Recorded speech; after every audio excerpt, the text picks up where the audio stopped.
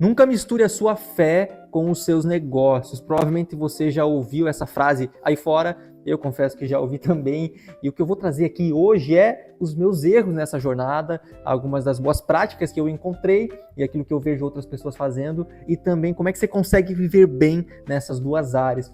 Primeiro de tudo, vamos deixar claro aqui que existe um pensamento comum da grande parte das pessoas aí fora, que é de separar as coisas que não podem ser separadas. Então, eu faço entrevistas de emprego onde as pessoas falam, não, na minha vida profissional é assim, não, esse aqui é um pouco mais da minha vida pessoal. Eu entendo que as pessoas pensem assim, porque tanta gente aí fora foi pregando e as pessoas acreditaram, mas nós somos um só. E eu friso nas entrevistas que eu faço, deixando claro que não existe vida pessoal e vida profissional.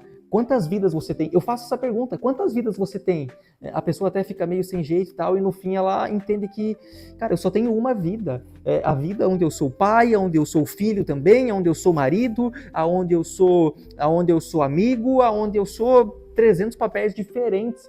Então a gente precisa olhar e ter essa visão de não existe vida pessoal, vida profissional. O que existe é a vida que nós temos, e ela é única. O que pode existir, eventualmente, são alguns padrões de comportamento que lá dentro da empresa, pode ser que eu tenha que ser um pouquinho mais formal, eu tenha que ser um pouquinho mais crítico em algumas coisas, e lá fora eu seja um pouquinho mais extrovertido, um pouco mais leve, e tá tudo bem, você tem que ter essa consciência. Agora, o pensamento comum é tentar dividir essas duas coisas, e eles trazem isso quando a gente vai falar sobre fé e sobre negócios. Eu estava vendo essa semana aqui um stories de um empresário relevante, uma pessoa que você olha para a vida dele, ele tem um carrão, ele tem uma família linda, tem uma casa legal, você olha, eu olho para ele e falo, caramba, que vida legal dessa pessoa. E aí ele está falando o seguinte, negócios são negócios, e ele não mistura essa coisa do propósito, da fé com os negócios. Na visão dele, os negócios são negócios, ele tem que gerar dinheiro, vai colocar dinheiro no meu bolso, e aí eu cumpro o meu propósito, eu faço aquilo que eu quiser.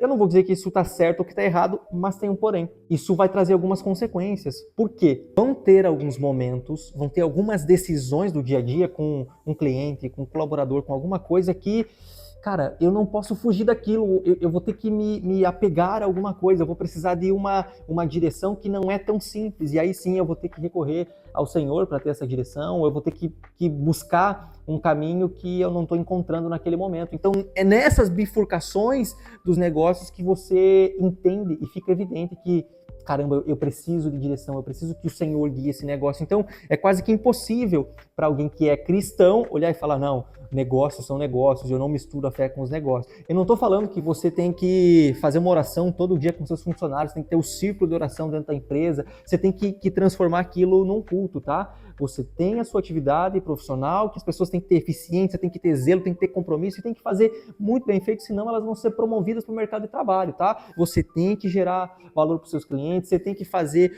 ter um produto muito... Tá? Isso aqui é o básico, é o elementar. Nós temos a atividade profissional, nós temos a fé, e o que a gente vai falar agora é como é que você consegue tocar essas duas coisas aqui. E qual que é o formato ideal? Como eu já falei, é você olhar para essas situações e entender que, poxa, eu só sou eu só tenho uma vida, eu sou uma pessoa, eu sou um Lucas. Entender que a sua fé, que o Deus que você serve, ele não entra em uma lista de prioridades, ele não está competindo com a sua família, ele não está competindo com nada mais, ele é. Quanto antes você entender que ele vem acima de tudo e todos, mais leve, melhor, mais fluido vai ficar todas as outras áreas da sua vida. Lá no livro de Lucas, no capítulo 14, o que vai falar é o seguinte, aquele que quer ser meu discípulo, ele tem que renunciar, ele tem que deixar tudo aquilo que ele tem. Em outras palavras, você tem que ter essa capacidade de deixar tudo e qualquer que sejam as outras coisas em um segundo plano, por amor a ele, por amor ao que ele quer para sua vida, por amor ao propósito que ele tem, o chamado que ele tem para sua vida. Quando fica claro para você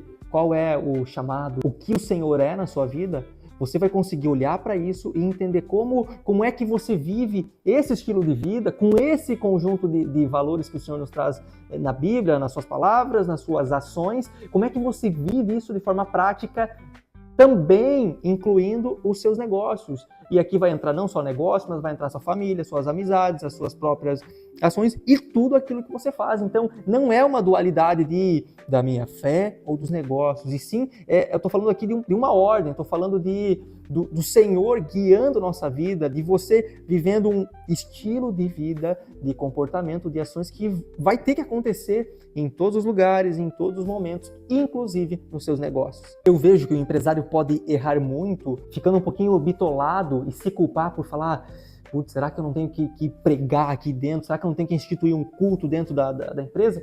E aí, sério, essa é uma questão que você tem que decidir, mas você não é obrigado a fazer isso, mesmo se você for cristão.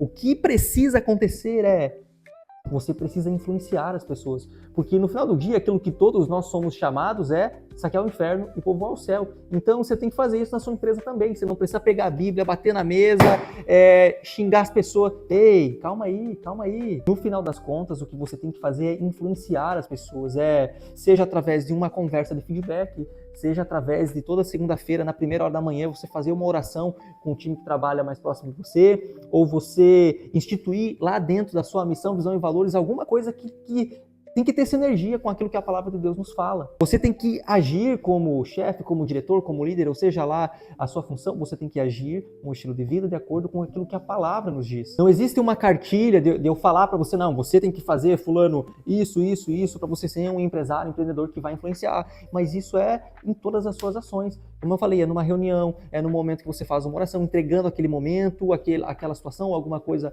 ao Senhor, no seu próprio exemplo, na forma que você respeita, trata as pessoas, na sua sinceridade, na sua franqueza, na evidência das situações que acontecem de você ter a opção de fazer a coisa errada e lucrar com isso, mas você escolhe, às vezes, sair no prejuízo, mas fazer a coisa certa. Essa evidência para as pessoas é a maior pregação, é o maior testemunho do seu caráter transformado, daquilo que o Senhor já fez na sua vida. Outra grande questão que você, empreendedor, pode ter eu posso contratar pessoas ímpias? Eu vou dizer para você que pode ser quase impossível você ter na sua empresa todas as pessoas cristãs, e se você tem, ótimo, você não vai conseguir escalar em velocidade e em proporção olhando só para isso e tendo o fato de ser cristão ou não como o principal e único critério de contratação. Por quê? Porque você precisa de eficiência, você precisa de resultado na sua empresa.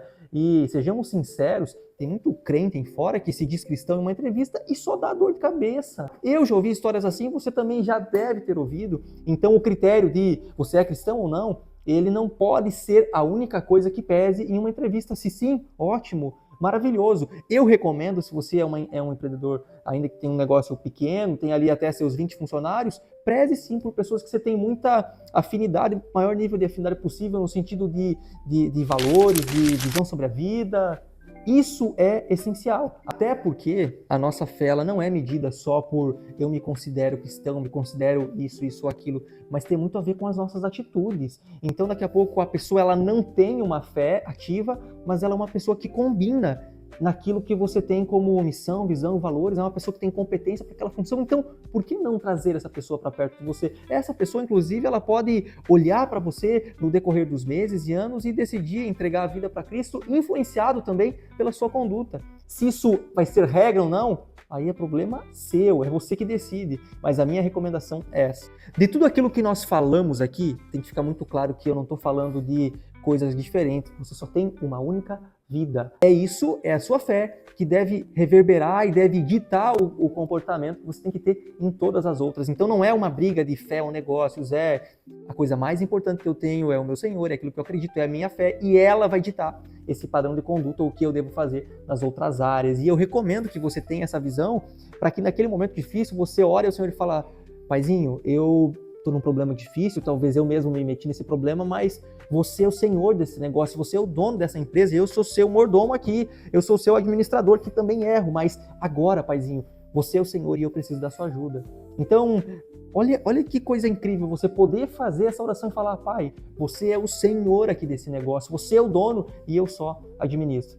A prova final de que você, de fato, está sendo esse empreendedor que a Bíblia vai trazer um padrão de conduta, eu não falo como empreendedor, mas como pessoa, como um discípulo de Cristo, é você conseguir influenciar as pessoas. É a evidência no seu caráter, é a evidência na forma que você trata as pessoas, é a evidência na sua conduta, é a evidência em como você trata a sua família, que as pessoas do trabalho também ficam sabendo. Várias das coisas que eu falei para você até aqui, de acertos, foram coisas que nós fizemos ao longo desses últimos anos e que deu certo, fez com que as pessoas entendessem aquilo que nós acreditamos, quais são os nossos valores. Isso também parte de uma questão muito cultural, que você, empresário, tem que ser intencional. Você não pode ter uma cultura que vive do acidente, uma cultura que vai sendo influenciada pelos fatores externos, por essa vibe woke que o pessoal tem aí fora, da inclusão, nossa, nós somos todos, essa coisa muito fofa e florida, não. Tem que construir essa cultura de forma intencional e tem que trazer a palavra do Senhor e os princípios do Senhor como o centro